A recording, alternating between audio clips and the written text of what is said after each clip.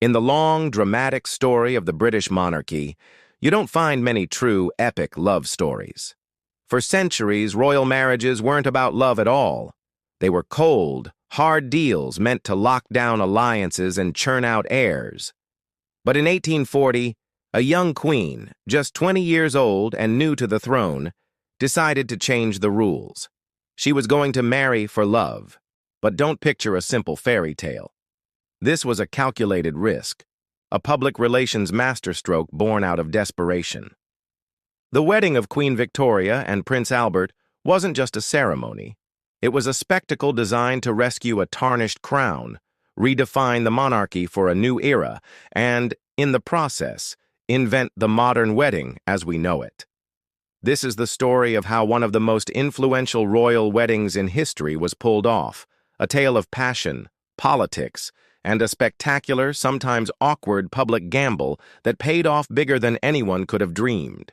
To get why this wedding was such a big deal, you have to understand the shaky ground the young queen was standing on. When Victoria took the throne in 1837, the monarchy's approval rating was in the gutter.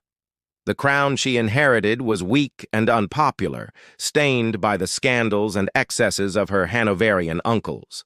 The Georges, with their German accents, mistresses, and out-of-control spending, had made the monarchy feel foreign and corrupt. Her predecessor, William IV, was a bit better, but the damage was done. Most people saw the royals with contempt, or, even worse, as a joke. Into this mess stepped Alexandrina Victoria. At just 18, she was barely an adult when she became queen. Small in stature, she'd grown up in suffocating isolation at Kensington Palace, micromanaged by her mother and the ambitious comptroller John Conroy. She was inexperienced, sheltered, and surrounded by politicians dying to use her as a pawn. Her first prime minister, Lord Melbourne, quickly became her mentor, but their close bond just stirred up more political drama, making her look like a partisan queen. And there was another, urgent problem. Succession. Victoria was the only heir in her direct line. If she died, the crown would pass to her uncle, Ernest Augustus, the Duke of Cumberland, a man so reactionary and unpopular, the thought of him becoming king terrified many. The pressure on Victoria to marry and have a baby was immense. Yet she wasn't exactly thrilled with the idea. After a lifetime of being controlled, she called the thought of giving up her new freedom to a husband a shocking alternative. The solution had been simmering for years, a pet project of Victoria's uncle, Leopold, King of the Belgians. His candidate was his own nephew and Victoria's first cousin, Prince Albert of Saxe Coburg and Gotha. Albert was everything Victoria's uncles weren't. He was the younger son of a minor German duke, from a family whose main export seemed to be perfectly bred, eligible royals. His own childhood was tough. His parents' messy divorce and his mother's exile meant he never saw her again. Maybe because of that, he grew into a serious, smart, and deeply moral young man. He was incredibly well educated, a student of law, philosophy, and art history at the University of Bonn. He was a talented musician, a skilled artist, and a sportsman. He was handsome, but in a quiet, thoughtful way. Where Victoria was passionate, stubborn, and impulsive, Albert was rational, cautious, and reserved. They first met back in 1836 when Victoria was 17. She was instantly charmed. In her diary, she gushed, "He is extremely handsome. His hair is about the same color as mine. His eyes are large and blue, and he has a beautiful nose and a very sweet mouth with fine teeth." The spark was definitely there, a rare, genuine affection in a world of arranged matches. But Victoria, not yet queen, wasn't ready to marry. 3 years went by. Victoria became queen, survived the rocky first years of her reign, and felt the crushing loneliness of her position. The problem hadn't gone away. The monarchy desperately needed a rebrand. It needed an image of stability and virtue. It needed a family. And Victoria, despite her resistance to the shocking alternative of marriage, was starting to realize she needed a partner. The stage was set for Albert's second visit, a visit that would change everything. In October 1839, Prince Albert and his brother Ernest arrived in England to visit their cousin, the Queen. This wasn't some casual family reunion.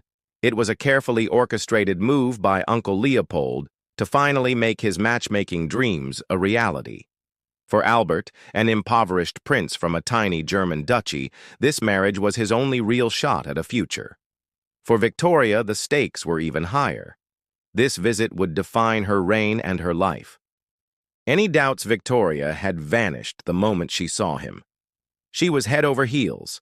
The handsome boy she'd met 3 years ago was now an intelligent, composed, and captivating man.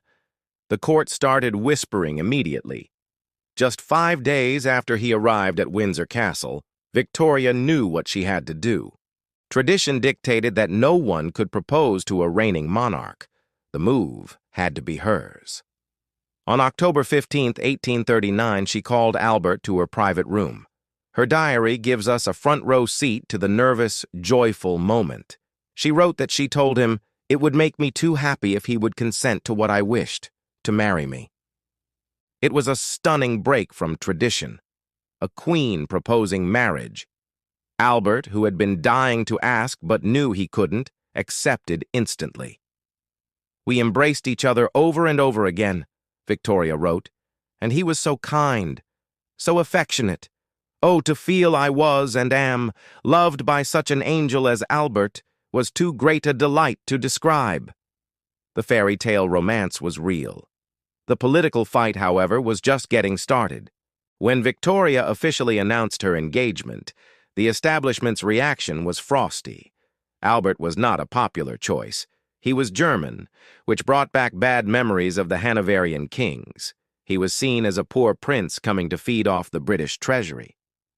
An insulting popular song went, "He comes to take for better or for worse, England's fat queen and England's fatter purse." The opposition in Parliament pounced on this.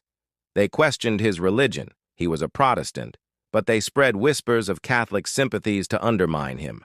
They attacked his status and his poverty. When the government proposed an annual allowance of $50,000 for the prince, Parliament shot it down, slashing it to $30,000 in a calculated public insult. To make matters worse, they refused to grant him a British peerage, meaning he'd have no seat in the House of Lords. Though granted the style of His Royal Highness just before the wedding, it was a clear message. He was to be kept in his place. For Victoria, this hostility was a disaster. The marriage that was supposed to save the monarchy was threatening to tear the country further apart. They needed a new plan. If the politicians were going to be cold, they'd go straight to the people. They decided to turn the wedding itself into an epic national celebration. Royal weddings had usually been private, late-night events for a handful of aristocrats. But this one would be different. They scheduled it for 1 p.m. on February 10, 1840, allowing for a massive public procession through London. It was a deliberate move to create a spectacle, to let the public share in their queen's joy, and to show off the handsome prince she'd chosen. This was more than a ceremony. It was PR theater on a grand scale, designed to win over a nation of skeptics.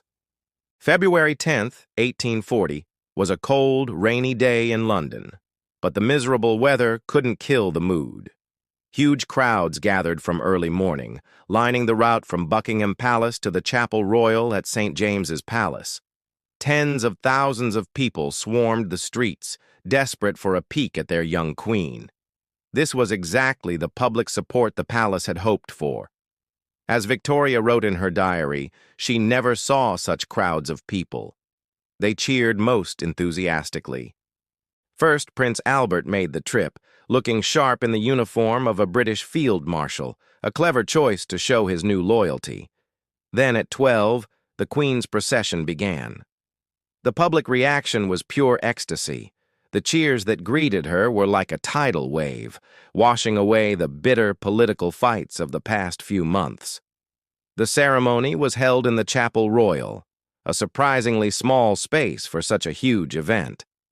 But what happened inside that chapel would echo for centuries, mostly because of what the bride wore. Victoria chose to be married not as a queen, but as a wife. She refused to wear her royal robes or a crown. Instead, she wore what would become one of the most famous dresses in history, a gown of rich, cream-colored silk satin made in Spitalfields, London. It was a patriotic move to support Britain's struggling silk weavers. The dress had a fitted bodice and a full skirt, but its most incredible feature was the lace. Victoria had commissioned a deep flounce of handmade Honiton lace, another nod to a struggling English industry. To show off its beautiful craftsmanship, she wore a simple wreath of orange blossoms, a symbol of fertility, instead of a tiara and a long veil. Her only jewelry was a pair of diamond earrings and a stunning sapphire brooch Albert had given her the day before. At a time when brides, even royal ones, wore colorful gowns they could use again, Victoria's choice of white was revolutionary. It projected an image of youth, innocence, and romance that the public adored. While she wasn't the first royal ever to wear white, her wedding was so famous that it single-handedly created the Western tradition of the white wedding dress. Suddenly, every bride wanted to look just like the queen. Inside the chapel, Victoria, even though she was the monarch, insisted on promising to obey her husband in her vows. After the ceremony, the newlyweds returned to Buckingham Palace for the wedding breakfast. And here, another tradition was born, the giant wedding cake. The main cake was a masterpiece. It was a single, enormous fruit cake weighing nearly 300 pounds and measuring about 9 feet around. On top was a sugar sculpture of Britannia blessing the couple. At Albert's feet sat a sugar figure of his loyal greyhound, Eos, for fidelity, and at Victoria's feet were 2 turtle doves for marital bliss. This magnificent white frosted creation became the blueprint for wedding cakes for generations. The expensive white icing even became known as royal icing. Slices of the cake were sent out in souvenir boxes, kicking off the tradition of wedding favors. After the breakfast, the couple left for a short 2-day honeymoon at Windsor Castle. The gamble had paid off. The streets were filled with celebrations. The wedding had been a PR triumph. It had successfully reframed the monarchy from a distant, corrupt institution into one of youthful romance, domestic happiness, and national pride. The day wasn't just a wedding. It was the start of a new kind of monarchy, built not just on bloodlines, but on the power of a great love story. If you loved diving into one of history's most iconic moments, make sure to hit that like button and subscribe for more stories that shaped our world. And let us know in the comments, what part of Victoria and Albert's story do you find the most fascinating? So, did the big gamble pay off?